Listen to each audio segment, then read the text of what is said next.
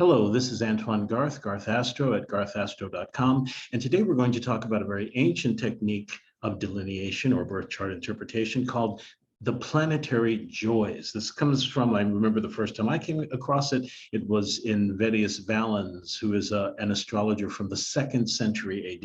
So it goes way, way back. The information that we're going to get this from, though, is from Guido Bonatti, and Guido Bonatti is a 13th century astrologer, so we've skipped forward about 1200 years, and this is from his 146 considerations. The 146 considerations are part of a larger collection of volumes, which are called the Liber Astronomiae, or the Book of Astronomy, and this is from Dr. Benjamin Dykes' translation, which is a fantastic translation. He's translated all of the Book of Astronomy.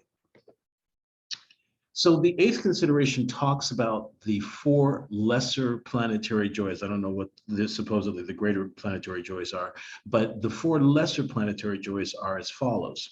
So there can be planetary joy by house placement, or the planets can rejoice by house placement. The planets can rejoice by sign placement. So the planets have houses in which they rejoice. The planets have signs in which they rejoice. The planets have directions in which they rejoice. And the planets have gender correspondences in which they rejoice. That should be relatively clear. And so let's talk about the planetary joys by house placement. We're only going to talk about 2. Joy by house placement and joy by sign placement today. Excuse me.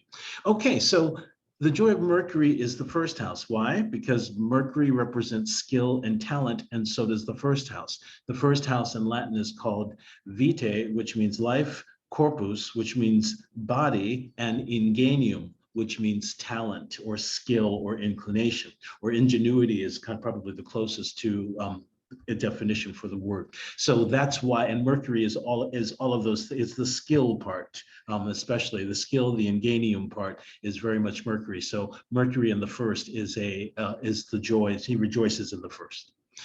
The moon rejoices in the 3rd, and this goes very far back to the Hellenistic period when the 3rd house was called goddess or queen. And so the moon obviously rejoices in the 3rd, and we're going to find out that the 9th house, being the opposite of the 3rd, is called God and King, and it is where the sun rejoices, but I'm not going to get ahead of myself. So the joy of Venus is the 5th house, so she rejoices in the 5th. Now, why is that? Modern astrology has kind of relegated the 5th house into this Leo equals the 5th house thing, which I completely disagree with, and please watch my video called Just Say No to the Zodiac Alphabet, or Don't Do This. And one of the main reasons that I don't like that is because the 5th house is the house of children, and so it's a house that needs fertility, and Leo is a sterile sign. So this sign equals house thing is a disaster. Don't do it. However, Venus is the joy of Venus rejoices in the 5th. Why? Because how do you make children? Sex. That's her area. Right? Venus is the goddess of love and sex and pleasure and beauty. What else does the 5th house represent traditionally? It represents entertainment and pleasure, right? She's the goddess of pleasure. So all of those things are her significations. And so that's why Venus is in her joy, or Venus rejoices when she's in the 5th house. Mars rejoices in the 6th house. And so I think understanding that both the 6th and the 12th house were connected traditionally, and once again, going back to this Hellenistic period, with enemies. The 12th house still, rather later, much later, kind of developed into this idea of hidden enemies, because of the 12th house represents kind of things that are unseen or isolated away. So as a result, it took on like hidden enemies, and then the 7th house, opposing the ascendant, took on the open enemies. But prior, the 6th house really was the house of enemies. And of course, Mars is the god of war, and he loves a good fight, and he loves the battleground, and he loves the stink of war and the gore. And so he likes the 6th house. He likes fighting for a cause. The crusader aspect of Mars enjoys the 6th house and fighting for a cause.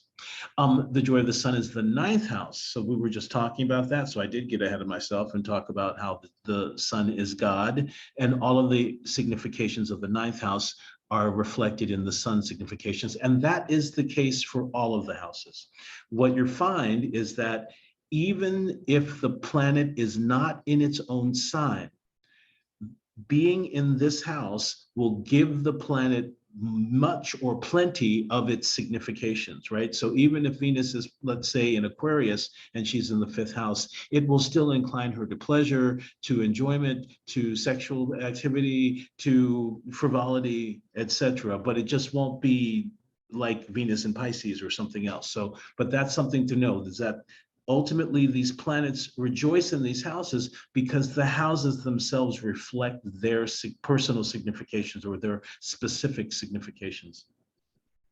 So the sun is God and religion, which is the 9th house. The sun is divination, astrology, prophecy, which is the 9th house. So healing, the sun is healing. The 9th house is that as well, like energy healing and all that kind of thing. Not the 12th, the 9th originally would be those houses. And then the joy of Jupiter is the 11th. I'm going to put these two together. So the joy of Jupiter in the 11th and the joy of Saturn is the 12th. So the 5th and the 11th oppose each other, and the 6th and the 12th oppose each other, correct? Now, the name of the 5th house traditionally is the good fortune. The name of the 6th house is traditionally called the bad fortune. The name of the 11th house is called the good spirit. And the name of the 12th house is called the bad spirit. Now, Chris Brennan has a very interesting idea about why this may be the case. First of all, it has to do with the sect of the planets, but also if you look at Saturn and Jupiter, those are diurnal planets, and having them rejoice in houses that are above the horizon, that really pushes forward or advances, rather, we've talked a lot about advancement in some of these videos, and it advances their, shall we say, duty as governors of the time period of the day period, because Sun, Jupiter, and Saturn are our diurnal placements. And so then Venus and Mars are the nocturnal planets with the moon, and they're opposite those. So what you have is the minor benefic Venus is in the house of good fortune opposite the major benefic Jupiter in the house of the good spirit. And the minor malefic Mars is in the 6th house opposite the major malefic Saturn in the 12th of bad spirit. So Mars being in the 6th of bad fortune is in the 12th house of, and Saturn being in the 12th house of bad spirit. So let's just talk a little bit. Obviously, Jupiter is gain and fertility and whatever you want to multiply, and it's wealth.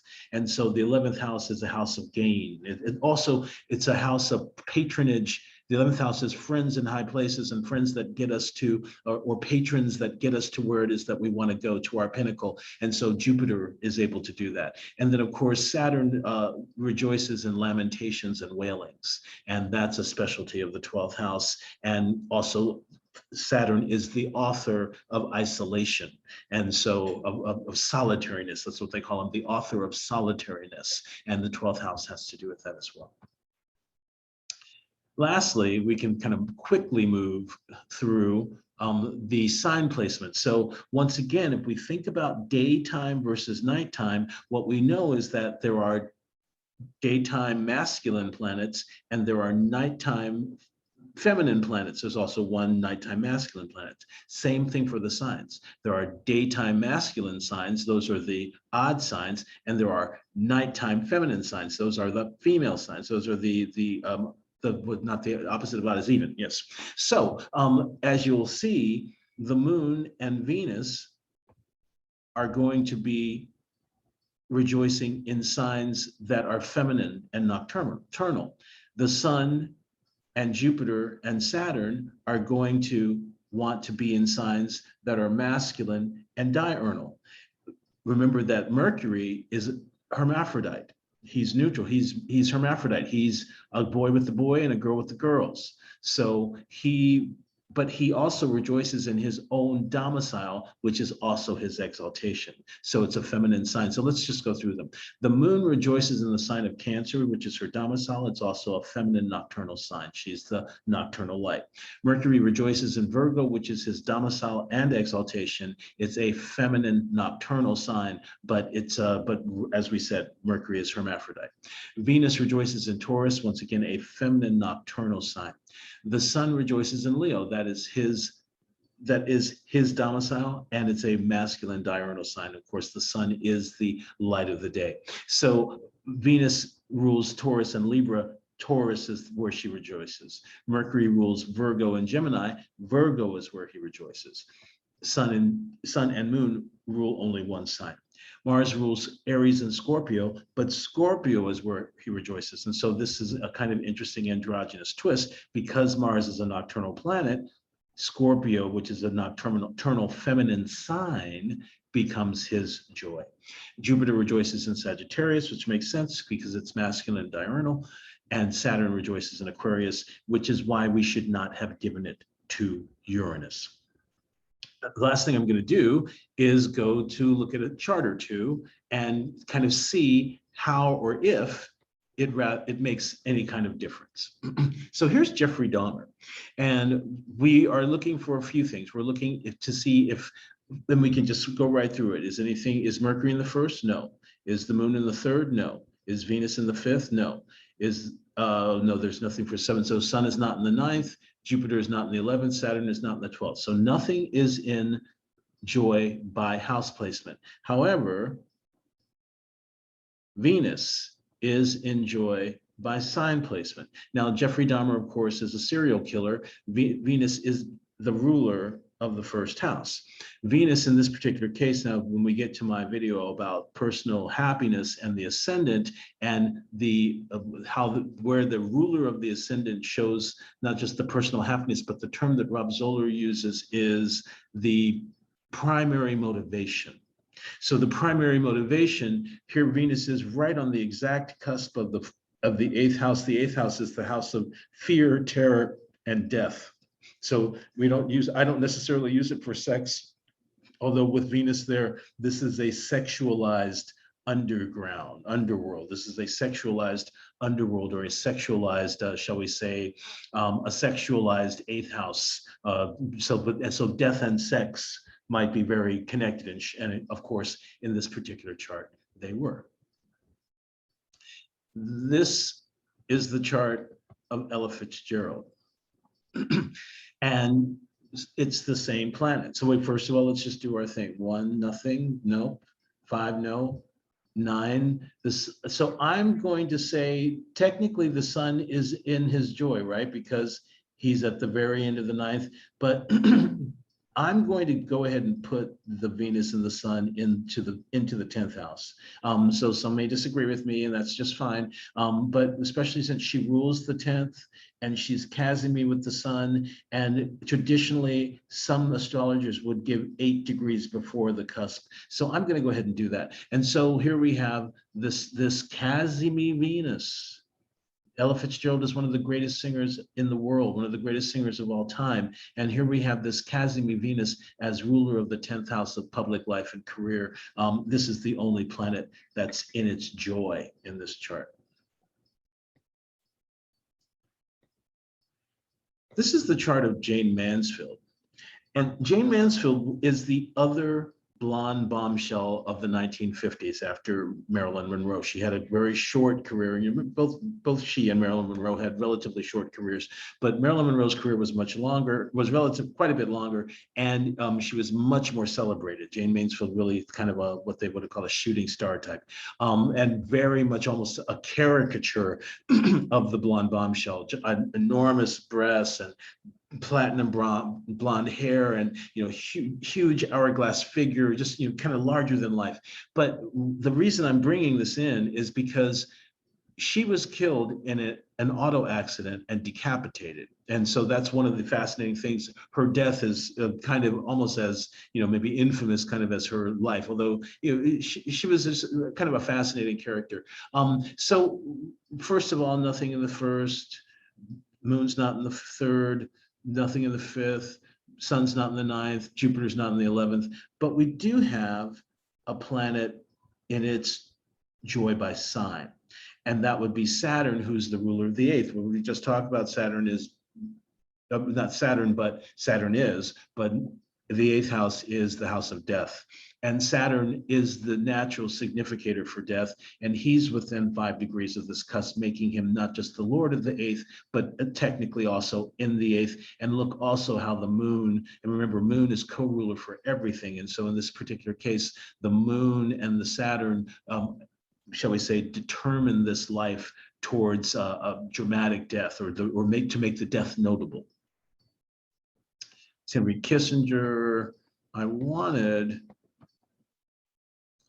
think we'll stop there. But that is where we are. And that's the planetary joys. Let me know what you think. Put a comment in the next section. What was it? You put the comment in the comment section. That's what it is. Put a comment in the comment section, subscribe, hit the like button, all that stuff. Thank you for joining us, and see you next time.